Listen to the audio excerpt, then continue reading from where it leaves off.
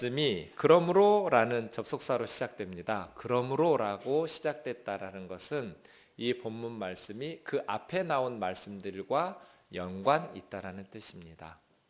앞에 어떤 내용이 있었습니까?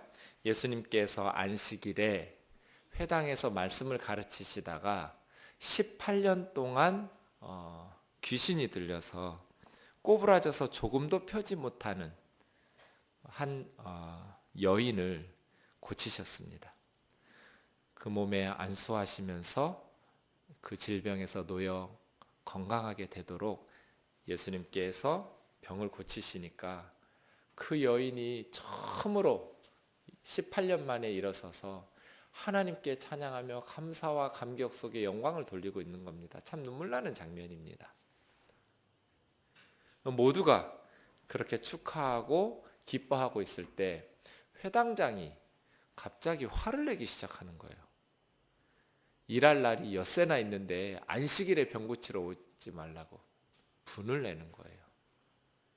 그러면서 그 여인이 마치 잘못하고 율법을 어기고 죄를 지은 것처럼 예수님 말씀하시죠. 너희가 안식일에 외양간에서 소나 나귀를 끌어내주지 않느냐. 이 아브라함의 딸은 18년 동안이나 이 질병에 매여 있었던 것에서 풀어주는 것이 합당하지 않냐. 생각해 보면 예수님은 잠깐 말씀 전하시고 그 동네를 떠나실 거예요.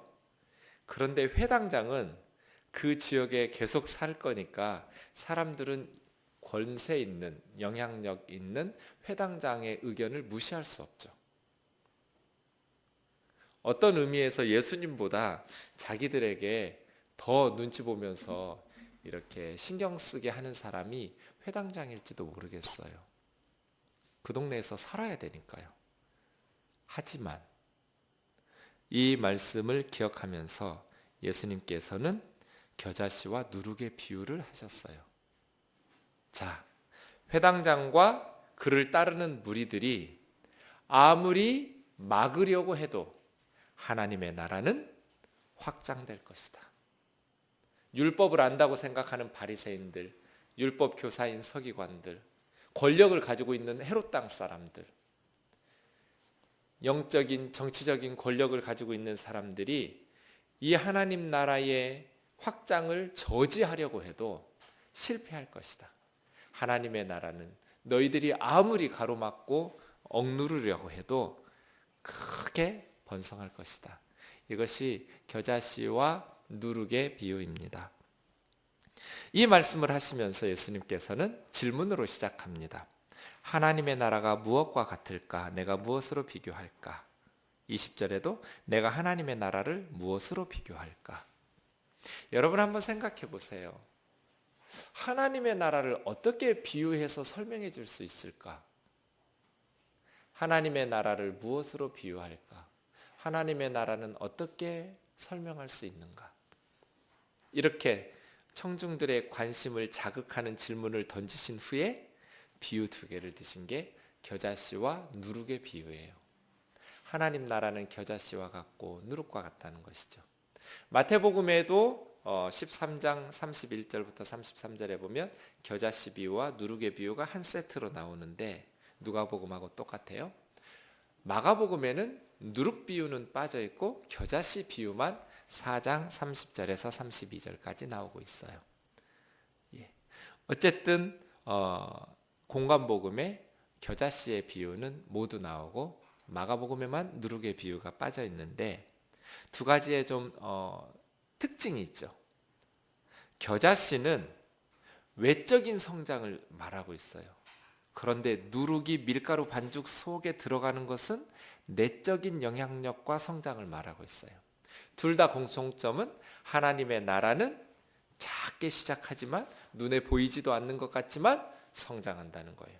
너희들이 아무리 뜯어말기려고 해도 회당장의 권세를 가지고 율법의 지식과 어떠한 랍비라는 그러한 자격을 가지고 억누르려 해도 하나님의 나라는 크게 급성장하게 될 것이다.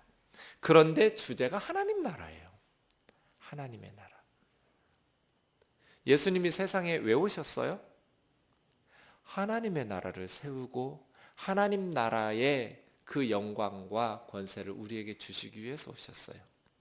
예수님 공생에 있어서 가장 중요한 주제가 하나님의 나라예요.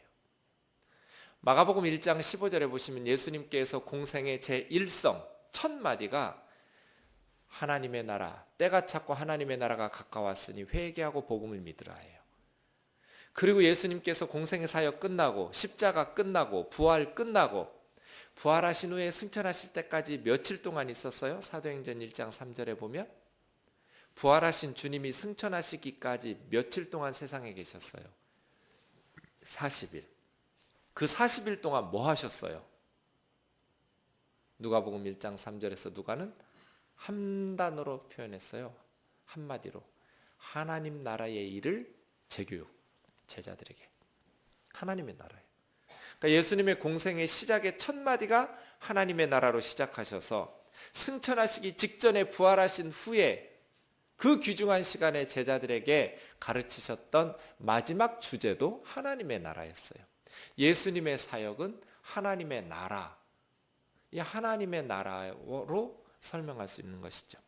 성경 전체를 연결시켜서 이렇게 이 성경의 구슬들을 꿰 수 있는 66권을 꿰는 골든 로드라고 하는 이 황금실을 많은 성경학자들이 하나님의 나라로 봐요.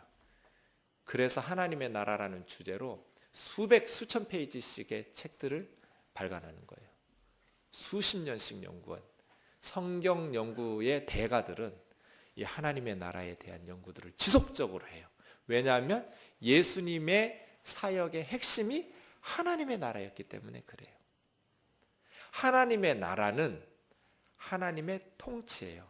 많은 한국인들은 하나님 나라 하면 하나님 나라와 하늘나라는 똑같은 말이에요. 유대인들은 하나님이라는 표현을 잘 사용하지 않기 때문에 꺼려하기 때문에 하나님 나라 신국이라고 말하지 않고 하늘나라 천국 이렇게 말해요. 그러나 의미는 똑같은 내용이에요. 하늘나라 천국이나 하나님 나라 신국이나 예수님이 사용하시고 신약성경에서 말하는 것은 같은 의미죠. 두 개의 개념이 아니라 똑같은 하나의 개념이에요.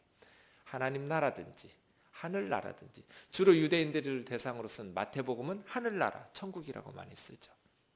이방인들을 대상으로 쓴 다른 복음서들은 하나님 나라라는 말을 많이 하지만요. 어쨌든 이 하나님의 나라는 죽어서 가는 저 천국이 아니에요.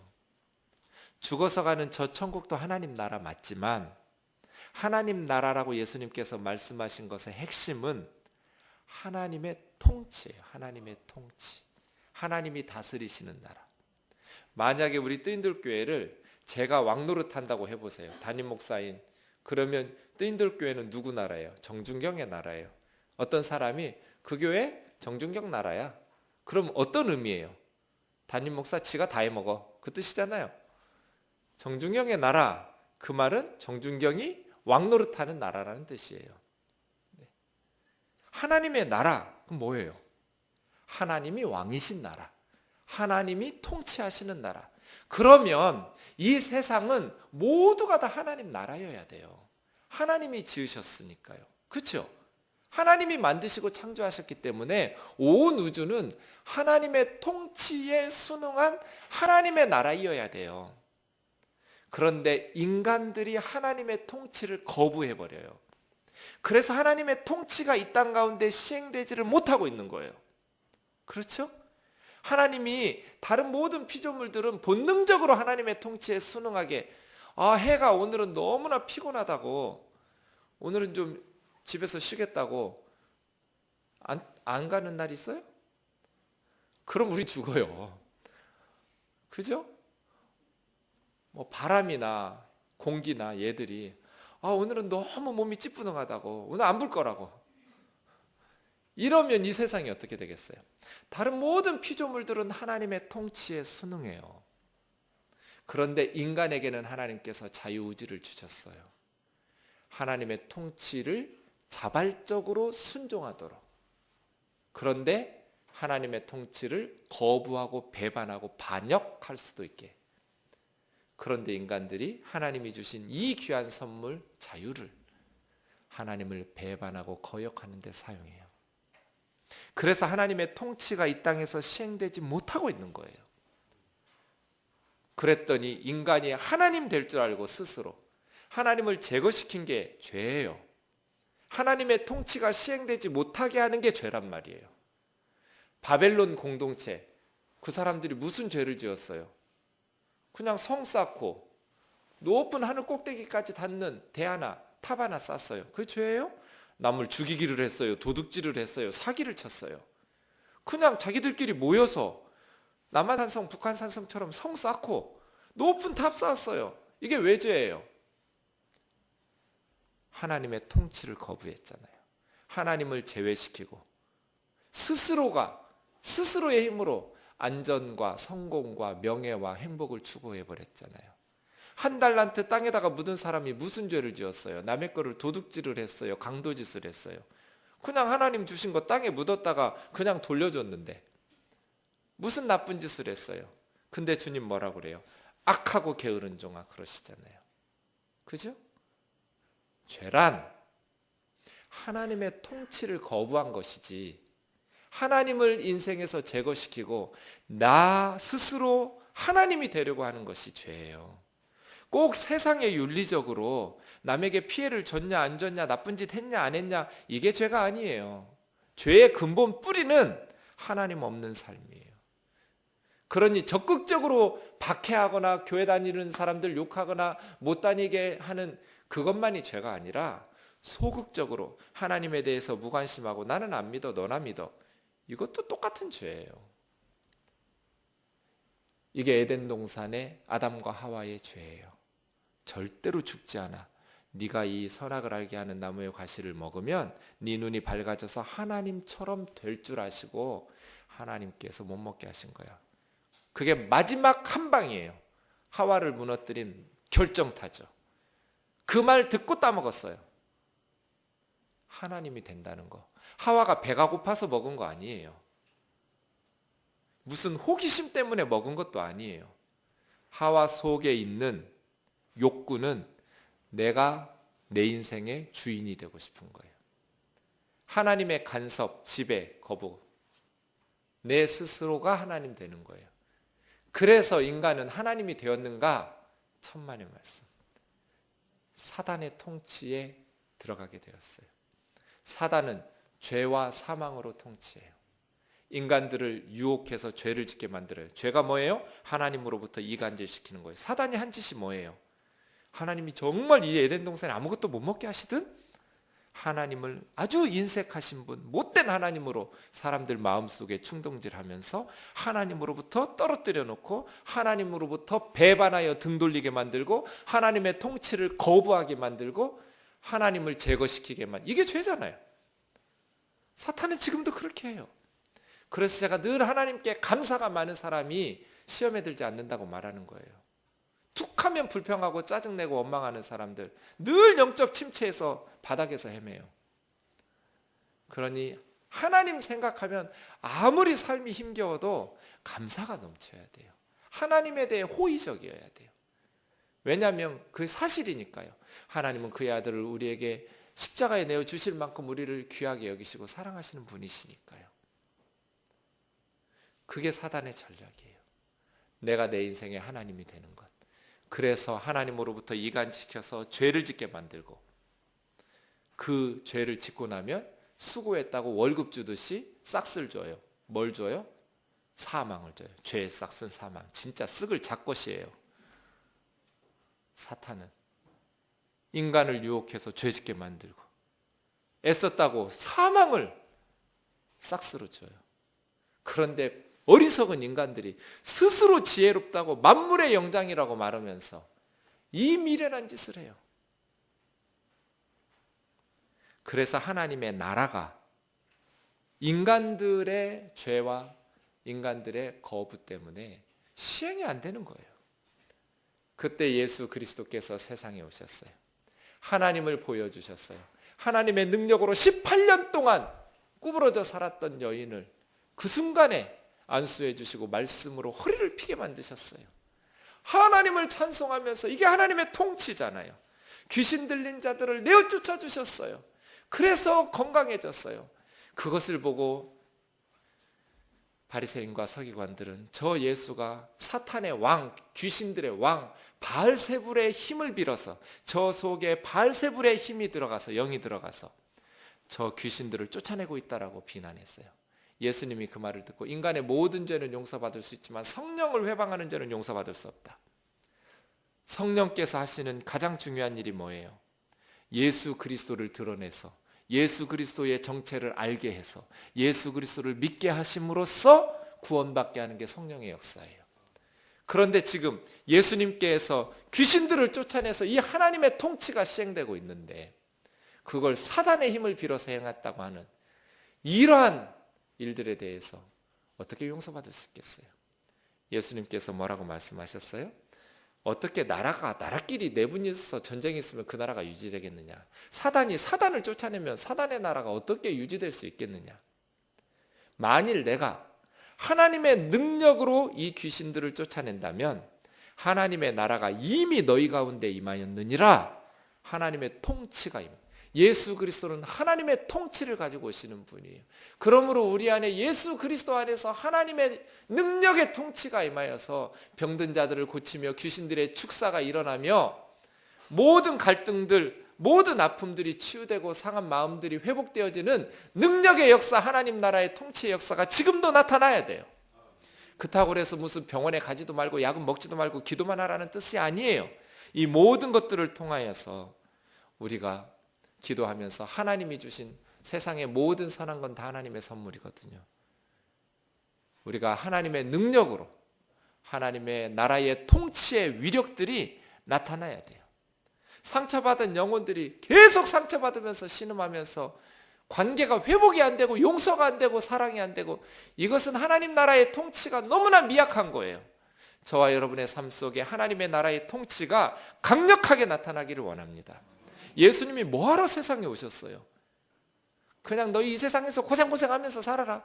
그러다가 천국에 갈 테니까 그날만 바라보면서 살아라. 아니죠. 그 천국에서는 하나님 나라의 삶이 완전히 이루어지는 건 맞지만, 그 땅에서 완성, 재림이 하나님 나라의 완성인 것은 맞지만, 이 땅에서도 하나님의 통치가 우리에게 비록 불완전하고 부분적이나마 나타나야죠. 그것은 어떤 이들에게는 질병의 치유로, 어떤 이들에게는 귀신의 축사로, 어떤 이들에게는 모든 관계와 이 얽매였던 모든 아픔으로부터의 해방과 자유로, 지금도 하나님의 통치와 능력의 역사가 관계의 회복으로, 또 육신의 건강으로, 또 하나님께서 우리에게 주신 삶의 활력과 생명으로 나타나야죠. 성경 속에 박제되어 있는 하나님의 나라가 아니라 성경에서 튀어나와서 우리의 삶 속에서 믿음으로 말미암아 성령 안에서 시행되고 있는 하나님의 나라가 복음 안에서 이루어져야죠. 이게 하나님의 통치예요. 하나님의 나라예요. 그러니 왜 예수님이 하나님 나라로 시작해서 하나님 나라로 끝냈는 줄을 아시겠죠? 결국 십자가의 죽으심도 하나님 나라의 통치를 위해서 오신 거예요. 그래서 전도한다라는 것은 그 하나님의 백성으로 초청장을 날리는 거예요. 하나님의 나라 백성들을 하나님의 나라로 불러들여서 하나님의 통치가, 이 하나님의 통치는 너무나 다양하게 나타나요. 지금도 우리의 삶 가운데 그렇게 나타나야 돼요. 저와 여러분의 삶 속에 하나님께서 다스리시고 통치하는 게 꼭 한 방향으로만 가는 게 아니에요. 우리의 기질 70억의 인구 생김새가 다 다르듯이 하나님이 일하시고 역사하시는 것은 다양한 은사와 달란트들을 통해서 나타나야 돼요. 풍성하게 우리의 삶을 통해서 나타나야 돼요. 우리 교회가 그렇게 하나님의 나라의 역사들이 나타나는 일들에 있어서 나와 신앙의 색깔이 다르다고 해서 비난하고 정죄하는 그러한 답답한 교회 되지 아니고, 말씀의 토대 위에서 하나님의 놀라운 능력의 역사들이 나타나기를 사모하고 그러한 일들이 일어나기를 원합니다. 가정들이 회복되고 치유되고 우리 아이들이 인생을 바로잡고 믿음으로 바로 서고 영적으로 강건하고 이 세상에서도 영향력 있는 하나님의 백성이 되어야겠죠. 이게 하나님 나라예요. 하나님의 나라. 하나님 나라의 주제는 한두 시간에 마칠 수가 없어요. 너무나 많은 이야기를 해야 돼요. 예수님께서 18년 동안 굽혀져 있었던, 구부러져 있었던 이 아브라함의 딸을 고치시면서, 그런데 회당장이 비난하고 거기에 동조하는 사람들, 많은 사람들을 눈치 보면서 회당장 편에 들었을지도 모르겠어요.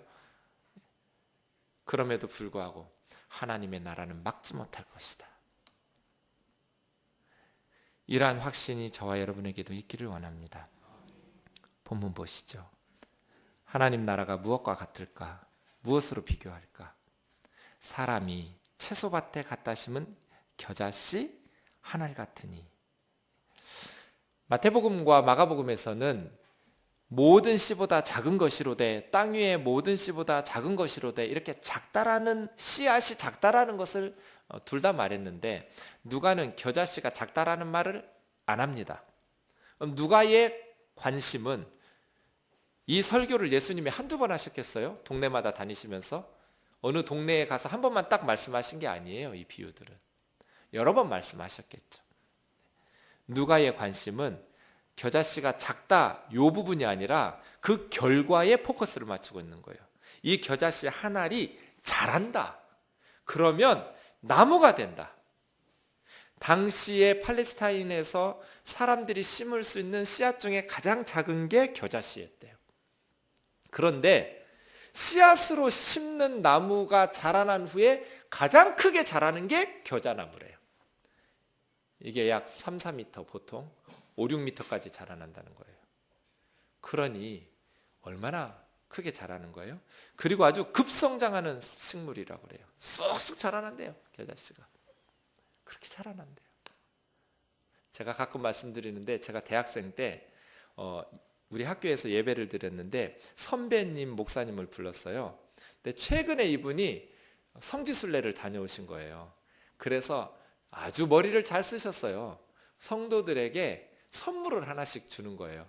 그게 남았나 봐요. 후배들인 우리 학생들한테도 하나씩 선물로 줬어요. 책갈피예요. 성경 한 구절 위에다가 쓰고 밑에다가 사해바다 소금, 그 다음에 겨자씨 이렇게 해서 코팅을 해가지고 줬어요. 이거 뭐 한 주먹씩만 가지고 와도 수천 개는 만들 수 있는, 얼마나 머리를 잘 쓰신 거예요. 근데 우리는 너무 호기심 있잖아요. 겨자씨를 볼 일이 별로 없으니까요. 근데 제가 앞으로 나갔어요.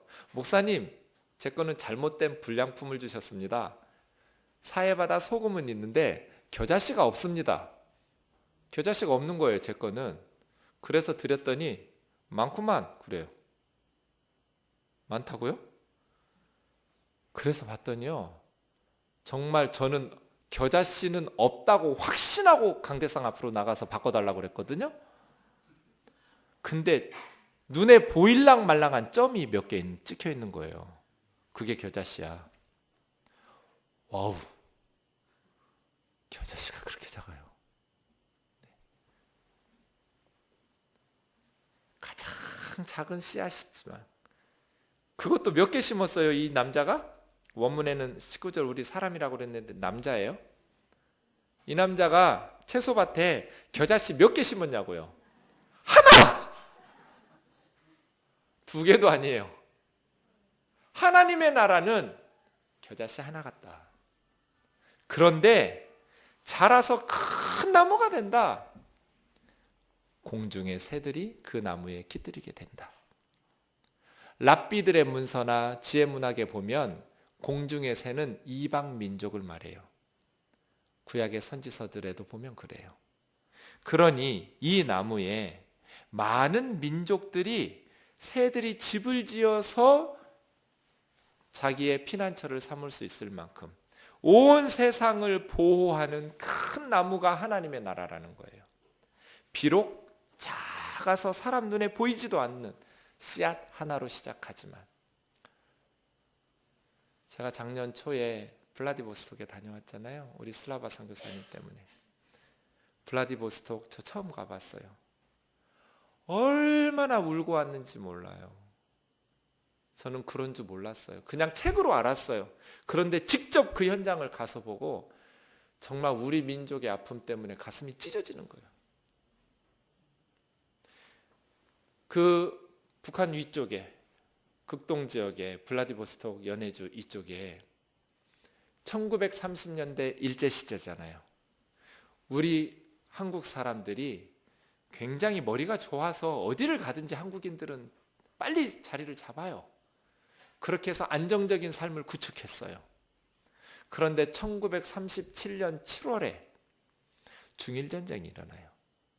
일본하고 중국하고 전쟁하니까 그때 우리 조선 사람들은 일본의 국적을 가지고 있는 일본 사람이잖아요. 어떤 의미에서. 그러니까 중국 사람들이 소련의 스탈린에게 요청을 해요. 그쪽에서 중일전쟁 하는데 이 조선 사람들이 일본 편에 들어서 간첩 역할을 해버리면 우리가 전쟁에 막대한 피해를 입는다. 이게 겉으로 내세운 이유. 두 번째 이유는 장차 저기서 고려인들이 성장해버리면, 저렇게 계속 자라나면 나중에 시간이 흐르면 이제 민족 분쟁과 갈등이 생길 거다. 저 땅은 고려인들에게 뺏긴다. 그래가지고 1937년 7월에 중일전쟁인데 1937년 9월 21일에 스탈린이 강제 이주를 명령해요.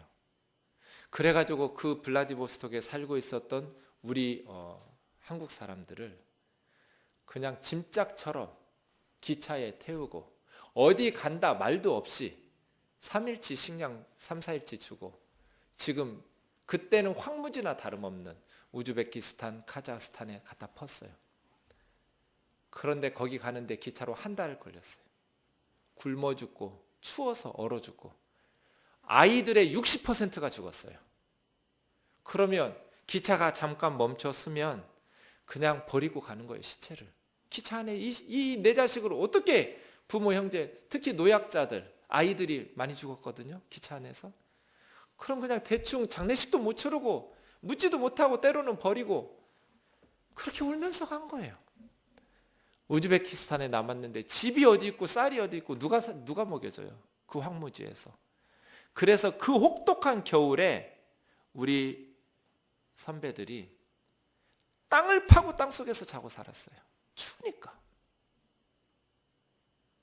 그렇게 겨울을 지내고 그 다음 봄부터 그 황무지를 맨손으로 개간해서 쌀 농사를 처음으로 우즈벡에서 기르고, 우즈벡 사람들의 쌀 농사 가르친 게 우리 조상들이에요. 그 다음에 그들은 안 먹는 개고기를 먹을 게 없으니까 지금은 우즈벡 사람들이 우리보다 보신탕을 더 좋아하더라고요. 그렇게 비참하게 살아남았어요. 그 역사 박물관을 보는데 얼마나 가슴이 아픈지. 그리고 살았던 그 동네를 제가 가봤어요. 거기 한번 가보자, 슬라바 데리고. 정말 가슴이 찢어지는 줄 알았어요. 거기에 안중근 선생님이니 우리 독립운동가들 다 있었어요. 나라를 위해서. 참, 나라가 망한다라는 게 이렇게 가슴 아픈 것이구나. 그렇게 해서 수십만 명이 우즈베키스탄과 카자흐스탄과 중앙아시아 5개 나라로 흩어졌어요. 너무너무 가슴 아픈 우리 민족의 역사예요. 세월이 흘러 이제 소련이 무너졌어요. 그리고 선교사들이 가장 먼저 들어갔어요. 자, 누구 데리고 복음을 전할까요? 이슬람 국가예요. 공산권 국가였어요. 50여 년 동안 종교가 없어졌어요. 한국에서 간 선교사님들이 누구 데리고 복음을 전했을까요? 누구에게 복음을 전했을까요? 우리 한국 사람들, 동포들이죠. 그들에게 한국말 가르치고 그들에게 복음 전해서 통역해가면서, 그래가지고 우리 교회처럼 데려와가지고 한국에서 신학대학원 가르쳐서 다시 파송해서, 제가 이 10여 년 전에 우즈벡에 갈 때만 해도 성도가 몇 명 안 됐어요. 교회도 몇 개 없었어요. 15년 전에. 근데 지금은요, 지하교회만 수백 개예요. 그것의 핵심적인 역할을 한 사람들이 1937년에서 1940년까지 스탈린의 강제 이주 때문에 우즈벡과 중앙아시아로 갔던 우리 동포들이에요. 그리고 그의 후예들이에요. 우리 민족의 아픈 역사를 통해서 하나님께서 열방에 복음을 전하고 선교하게 하시는 일에 쓰셨구나. 처음에는 아파서 울다가 나중에는 이게 하나님의 뜻과 섭리가 선교 안에서 발견하고 나서는 감사해서 울었어요. 이왕 인생이 고난이라면, 역사가 아픈 것이라면, 그래서 한이 많은 한민족이라면 이 우리 민족이 당했던 한과 아픔을 주 예수 그리스도의 복음을 전하는 선교에 사용되어서 마지막 주님 오실 길을 예비하는 민족으로 쓰임받다니, 스탈린이 그거 알고 했겠어요? 하나님은 모든 것을 합력하여 선을 이루게 하셨구나. 그런데 한국 교회는 너무 정신을 못 차리고 있구나. 블라디보스톡에 가서 얼마나 많이 울었는지 몰라요. 20여 년 전에 우즈벡에 예수 믿는 사람이 거의 없었어요. 그런데 지금은 우즈벡 교회들이 선교사를 파송해요. 얼마나 많은 사람들이 불과 20년, 겨자씨 한 알. 그런데 이 하나님 나라의 성장을 무슬림도 꺾지를 못하고 공산주의도 꺾지를 못하고 하나님의 나라가 겨자씨 한 알처럼 시작했지만 크게 4m, 5m, 6m씩 자라나가지고 많은 민족들에게 복음을 전해서 이제 거기다 집 짓고 그들을 보호해주는 나무가 되었다. 아멘이지요? 이 하나님의 나라가 그렇게 진행되었어. 그 다음 20절부터는 누룩이에요. 여자가 가루 서말 속에 갖다 넣어 전부 부풀게 한 누룩과 같다. 가루 서말, 구약에는 스아라고 그래요. 똑같은 부피를 재는 단위인데요. 어떤 분들은 서말에서 무슨 특별한 의미를 뽑아내려고 노력하는데 그냥 서말이에요. 보통 창세기 18장 6절에 보면 아브라함이 이렇게 사라 시켜가지고 새 스아 밀가루 반죽 준비하게 한, 보통 그냥 한번 식사 준비하거나 그렇게 평균적으로 준비하는 양이라 생각하면 되지, 서말이니까 또 뭐 부활 3일 만에 부활 끄집어 당기고 억지로 해석하지 마세요. 그냥 서말이라고요. 서말. 근데 1스아가 7.33리터예요. 세 스아면 22리터쯤 돼요. 굉장한 양이에요. 적지 않은 양이에요. 22리터니까요. 그런데 이 많은 밀가루 반죽도 아주 작은 양의 누룩이면 충분해요. 이 누룩은 소리도 없고 형체도 안 보여요. 그런데 밀가루 반죽 속에 들어가면 서서히 이 밀가루 반죽을 부풀어 오르게 만들어요. 하나님의 나라는 이와 같다는 거예요. 겉으로 큰 나무로 겨자나무처럼 자라는 외적 성장도 있지만 이 하나님의 나라는 동시에 내적으로 밀가루 반죽들 속에 들어와서 서서히 우리를 변화시켜요. 그럼 누룩이 뭔가? 구약 성경에는 누룩을 좀 부정적인 의미로 써요. 그래서 소제를 드릴 때 넣어서는 안 될 음식 두 가지 중에 하나가 누룩이에요. 또 하나는 뭐게요? 꿀이에요. 누룩과 꿀을 넣어서는 안 돼요. 곡식으로 드리는 소제 속에는. 그런데 여기서 누룩 이야기는 그냥 어떤 악한 영향력이라는 그러한 의미가 아니라 모든 밀가루 반죽에 영향을 주어서 변화시킨다. 여기에 포커스를 맞추고 예수님께서 말씀하시는 것이죠. 두 가지를 생각해 볼 수 있어요. 이 누룩은 반죽통 밖에서는 아무리 많은 누룩이 있어도 밀가루 반죽 속에 들어가지 않으면 그 밀가루 반죽을 변화시킬 수가 없어요. 그리고 밀가루 반죽은 자기 스스로는 변화될 수 없어요. 외부에서 누룩이 들어와야 변화될 수 있어요. 이 누룩을 예수님께서는 교훈이라고 말해요. 마태복음 16장 11절, 바리새인과 사두개인들의 누룩을 주의해라. 바리새인과 사두개인들의 누룩이 무엇이었는가? 12절에서는 바리새인과 사두개인들의 교훈. 자, 하나님의 나라가 누룩처럼 이렇게 서서히 부풀게 하는 것과 같은데, 그러면 이 밀가루 반죽은 누구예요? 하나님의 나라인데 하나님의 백성이죠. 우리들이에요. 여기에 누룩이 들어와야 돼요. 어떤 누룩이 들어와야겠어요? 예수 그리스도의 교훈이죠. 예수 그리스도의 가르치심, 예수님의 말씀이 우리 안에 들어와서 하나님의 백성들이 서서히 변화돼야죠. 예수 그리스도의 교훈이 우리 안에 들어오지 않으면 우리는 우리 스스로를 변화시킬 수가 없어요. 왜냐하면 성령님의 무기는 말씀이거든요. 성령님께서 예수 그리스도의 진리의 말씀을 가지고 세상 사람들 보세요. 아무리 윤리적이고 세상의 지식과 학문이 많아도 예수 그리스도의 복음과 말씀을 듣지 못하니 그가 어떻게 생명의 역사가 시작되던가요? 불가능해요. 일본을 보세요. 동쪽에 그렇게 무시무시한 심판을 당했음에도 불구하고 요즘 일본을 보세요. 회개해요? 하나님 앞으로 돌아와요? 안 돌아오잖아요. 더 강팍해지잖아요. 반드시 예수 그리스도의 말씀이 들어가고 예수 그리스도의 복음이 전파돼야 돼요. 그래야 어려움 속에서도 심판 가운데서도 회개하고 돌아오는 거예요. 그러니 우리가 우리 스스로 변화될 수가 없어요. 누룩이 들어와야 돼요.